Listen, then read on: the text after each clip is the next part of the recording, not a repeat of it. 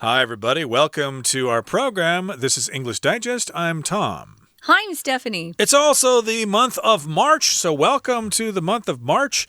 And whenever March comes, to me it means that winter is slowly going away, okay? It takes a while to totally get rid of winter, but definitely spring is coming, and that means you might be able to spend some more time outside and do some sports like badminton. You could, yeah. I think the weather's actually quite nice in March. And I sort of hate March because I know it's going to be hot pretty soon. But we are going to talk about badminton. It's a game that has a really long history.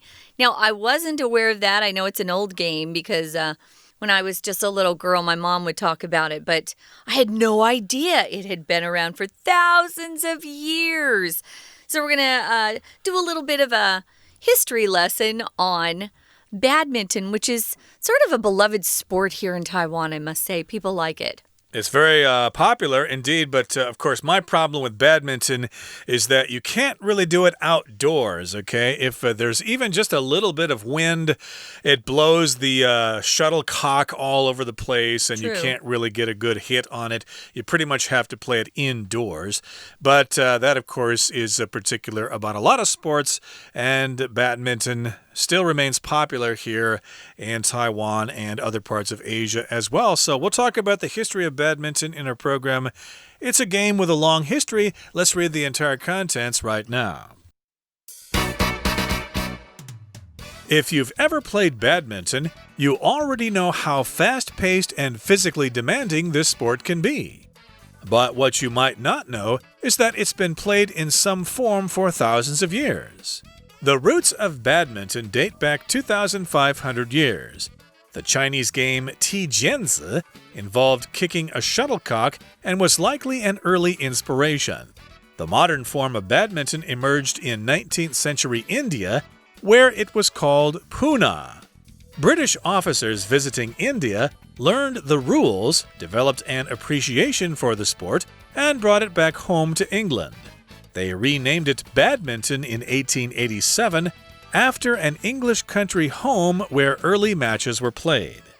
The rules of modern badminton are simple. Competitors score points when the shuttlecock touches the ground on their opponent's side of the court or when the other player hits the shuttlecock out of bounds. Whichever player reaches 21 points first wins the game. However, games must be won by at least 2 points. While the rules of the sport haven't changed much since the 19th century, its equipment is evolving. Traditional shuttlecocks are manufactured using 16 feathers taken from a goose's left wing. Recently, there's been a movement to switch to artificial feathers to lower costs and make shuttlecocks more uniform. Today, badminton is more popular than ever. People around the world love playing this quick and challenging game. So let's dive in, guys. We're talking about badminton.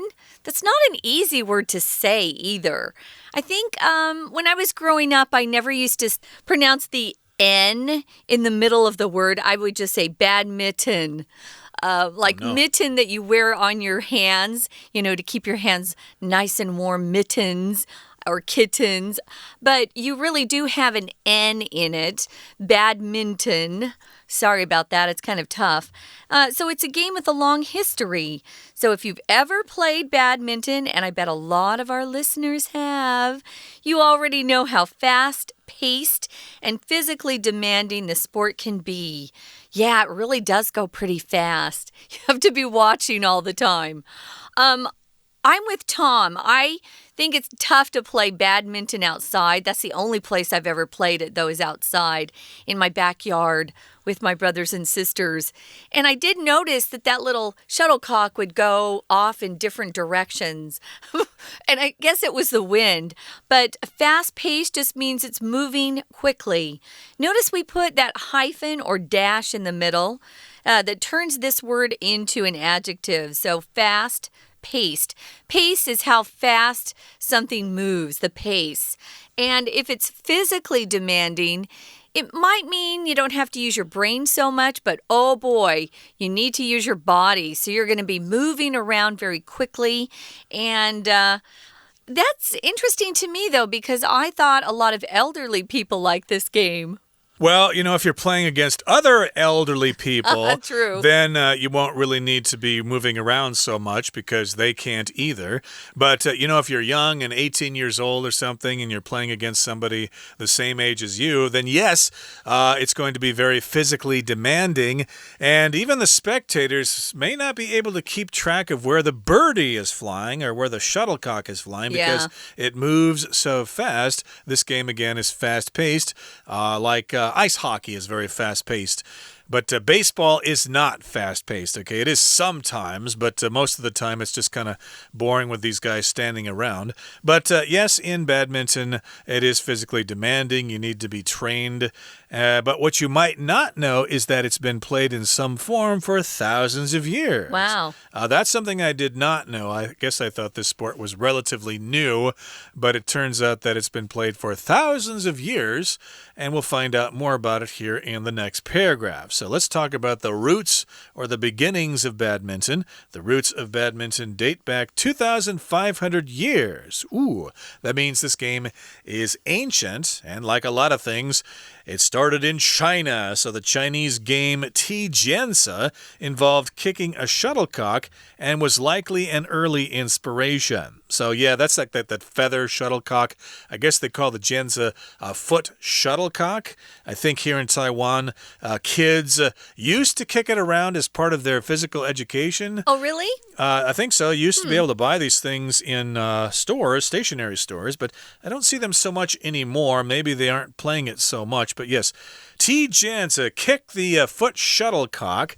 And yes, that's kind of where it began, and that's what we're calling this thing, the shuttlecock. Again, Jianzi, I would say foot shuttlecock, and then for badminton, you just say shuttlecock, and colloquially, it's known as the birdie. Yeah, because it has feathers on it and flies through the air.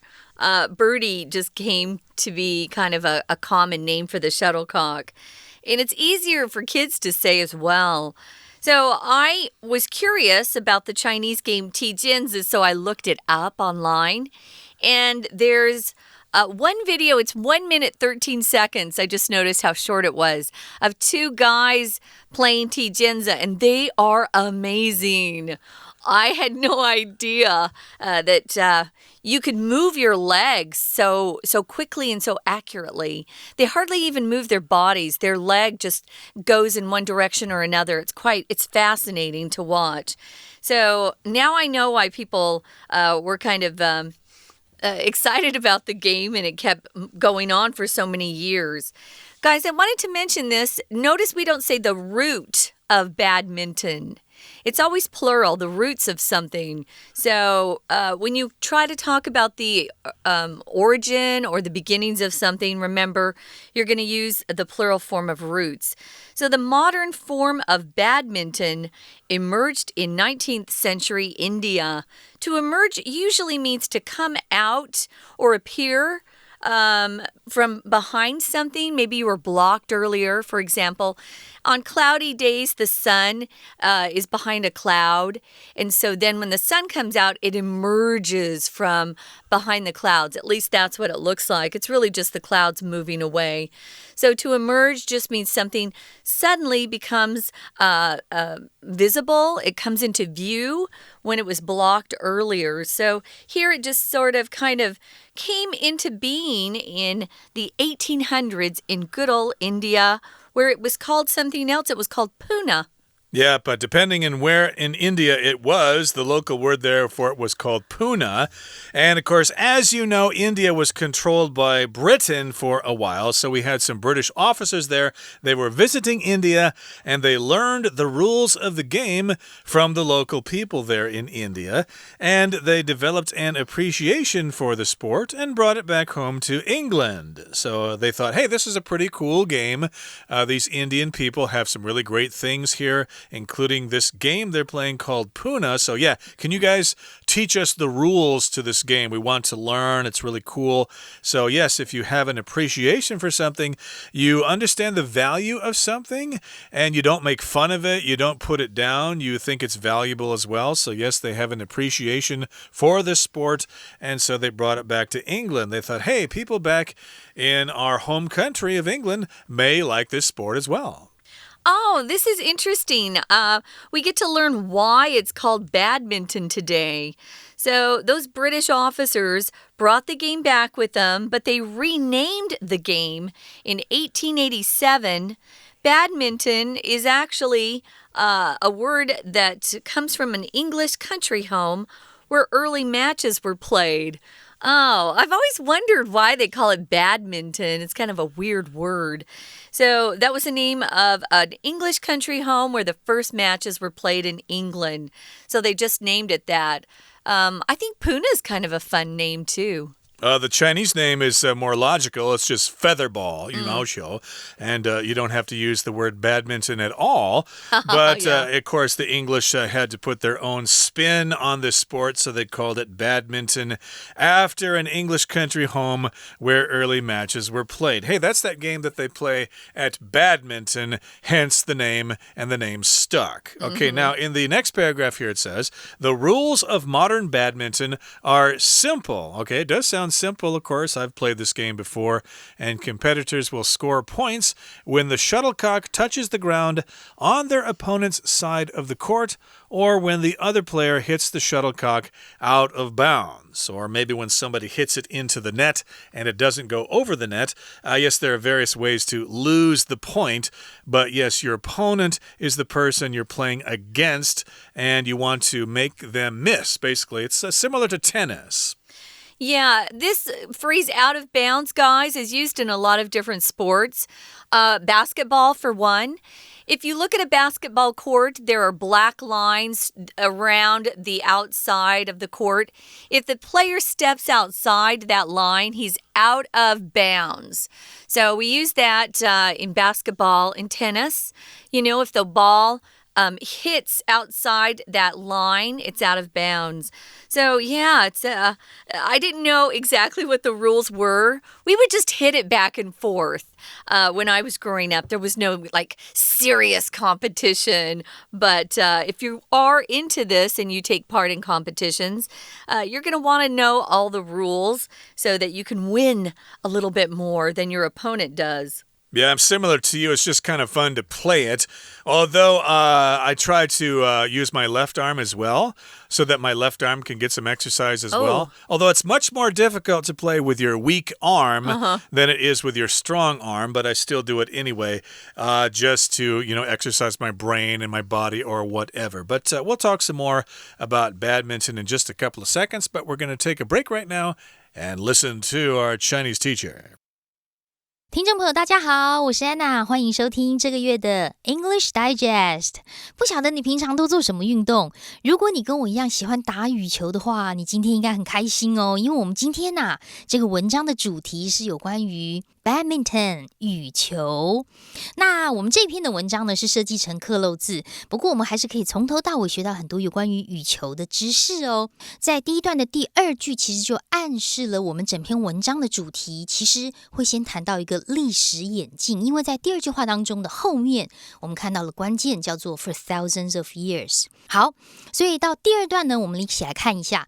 第二段一开始就告诉我们，其实羽球的 roots 它的根源起源差不多可以追溯往回走2500年哦。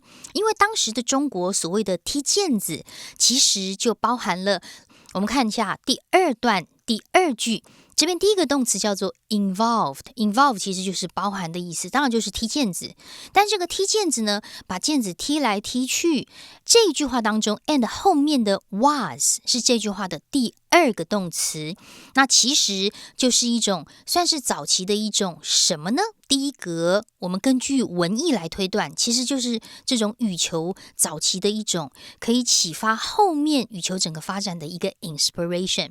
所以第一格根据上下文，我们来选答案的 inspiration。那当然，接下来呢，除了中国之外，在整个印度啦，甚至西方，整个都开展出来了。所以我们接下来要看一下，在19世纪的印度这个地方呢，其实羽球就开始发展，有一个现在的雏形。我们来看一下第二题，这句话当中，在第二题前面有一个 where 它的先行词是一个 19th century India 19世纪印度这个名词，所以其实我们从 where 一直到句尾的地方，可以把它左右括号起来，这个关系子句要特别注意一下。那么后面我们看到，当时呢，在印度因为有一些英国的官员，那么当时他们在那里，也就是在印度，就学得了羽球的一些规则，所以就把它带回英国去。在第二个当中，如果你不了解的话，其实第二格一直到后面的 India 可以先左右括号，因为它是一个关系子句的简化。那么第二格为什么要选 A 呢？因为其实我们是要用 Who visited India， 当时去拜访印度的一些英国官员，把 Who 删掉之后，后面的 visited 会直接变成动词 ing， 所以第二格答案应该要选 A visiting。 那么接下来呢，英国的官员把这个羽球的运动带回英国之后，我们看一下第二段第5句最后一句这个地方，我们先看一下用 B 这个名字来命名 A 叫做 name A after B， 那么在这里的动词取名用的是 rename， 重新命名。重新以什么名字来命名呢？后面的 after 之后，我们看到一个 an English country home， 其实当时他们就是在一个英国的乡村的宅邸这个地方会打羽球，所以就以那个乡村宅邸的名称来命名所谓的羽球，叫做 Badminton。 不过在这句话当中还是有个关系子句哦，先行词就是这个 English country home， 从 where 到句尾的地方可以左右括号，它是一个关系子句。 We're going to take a quick break. Stay tuned. We'll be right back.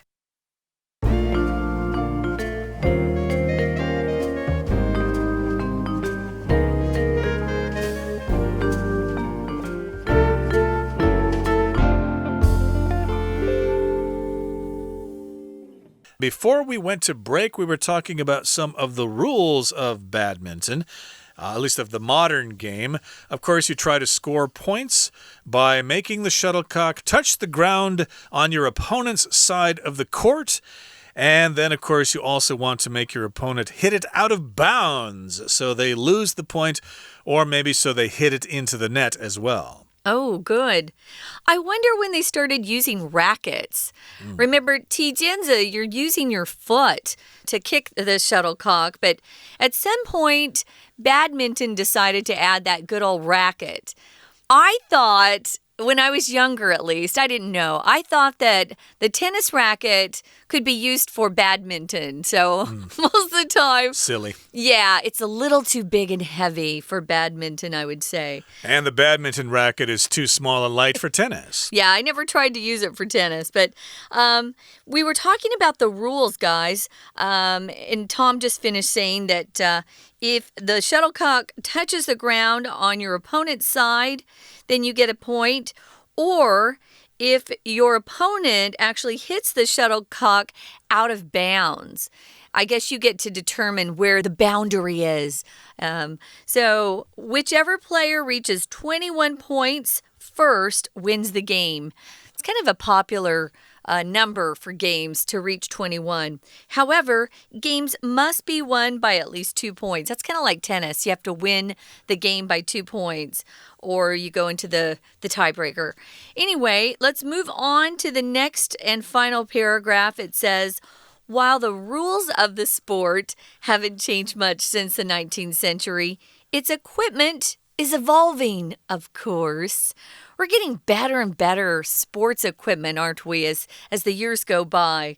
So we know the rules of the game really haven't changed very much since the 1800s. Kind of hard to believe. But the equipment that is used in badminton is evolving. To evolve means to change slowly over time. And equipment just includes the things that you need to play the game. Notice we don't put an S on equipment, guys. Ever. Don't ever do that. It's wrong. So the equipment is just the necessary things to participate in something. It could be your sports equipment. It could be, I don't know, maybe you're fixing up the house and it's your remodeling equipment. But it's the stuff that you need to tackle whatever task or play whatever game you have in mind. So your equipment has changed quite a bit since this game first came into being, at least in India. But boy, the equipment's changed a lot. Yeah, some sports, or at least in some sports, the equipment doesn't really change at all. Like in baseball, the ball has been the same for 100 years. The bat is made out of wood. Gloves are made out of leather. The only thing that changes in baseball, I suppose, are the shoes.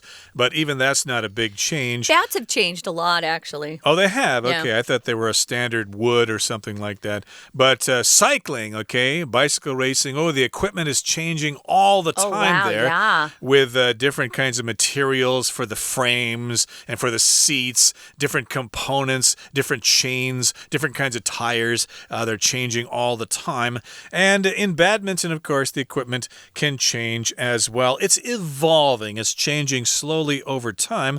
Yes, the rackets can change, of course. They probably were made out of wood in the early days, and later they were made out of aluminum, and nowadays they're probably made out of carbon fiber. But, of course, we're going to talk here about the shuttlecocks here. Traditional shuttlecocks are manufactured using 16 feathers taken from a goose's left wing.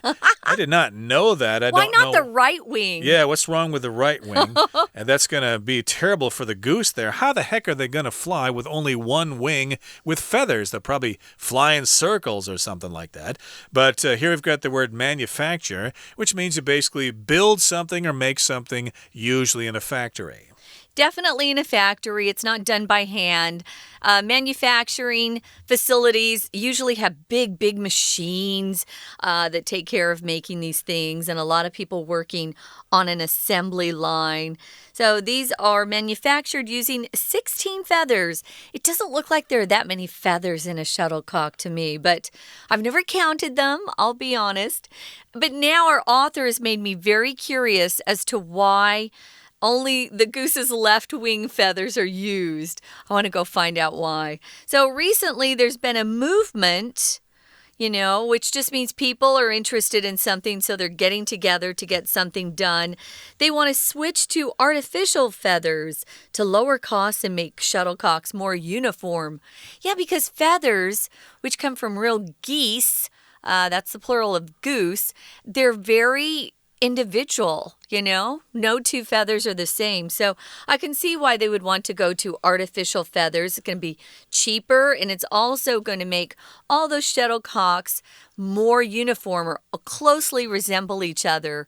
They'll be copies of each other now. Yeah, maybe they could make those feathers out of titanium or something like that, so that they can be more consistent or more uniform, and they can last longer. If you've ever played badminton, you can basically destroy one shuttlecock in less than 10 minutes or something. Well, you're like hitting them hard. I never hit them that hard. Yeah, well, of course, as you get better, you're going to be hitting it harder and harder.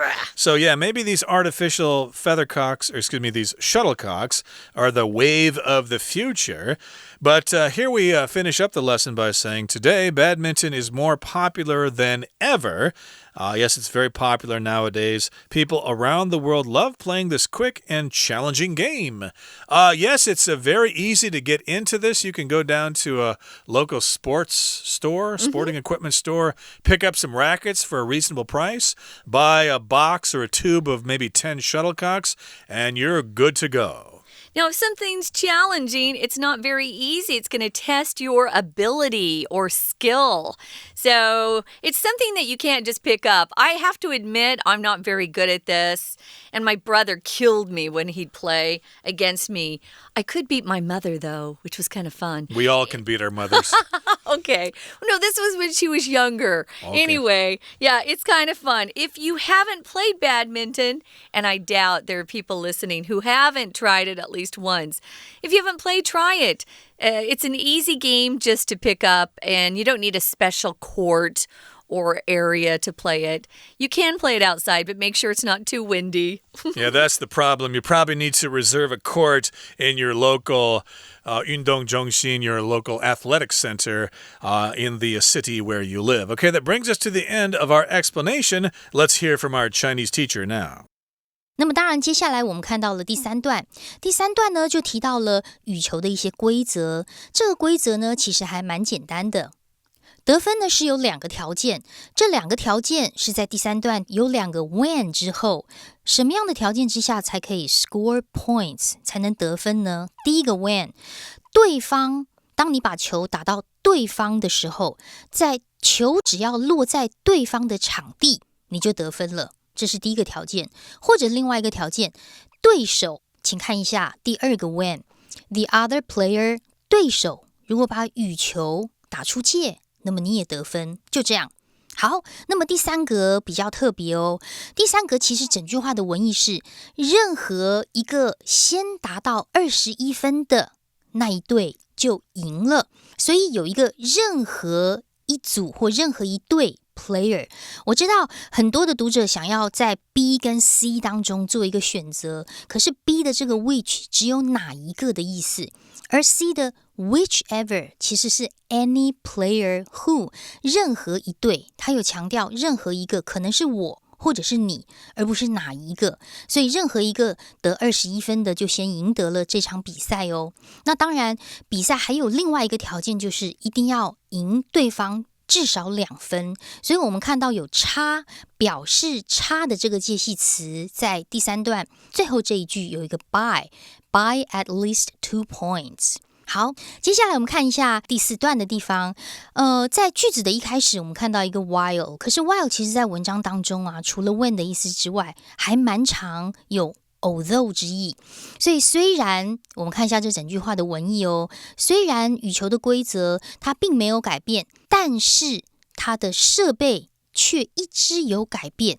你要先有一个这样子的想法，在第4格当中就会选 evolve， 因为 evolve 就是一个演化、演进的意思。好，所以这个第4格根据上下文我们选 D。 那么最后呢，我们来看一下在第4格之后，也就是第4段的第2句，蛮特别的，因为它有一个关系子句的简化。traditional 这一句最后面的 taken from a goose left wing， 这边可以左右括号起来，它省略的是 which are， 指的是呢这16根羽毛是由鹅的左翼拔下来的，而且是活拔哦，每一只鹅差不多只能够拔3-4根羽毛而已。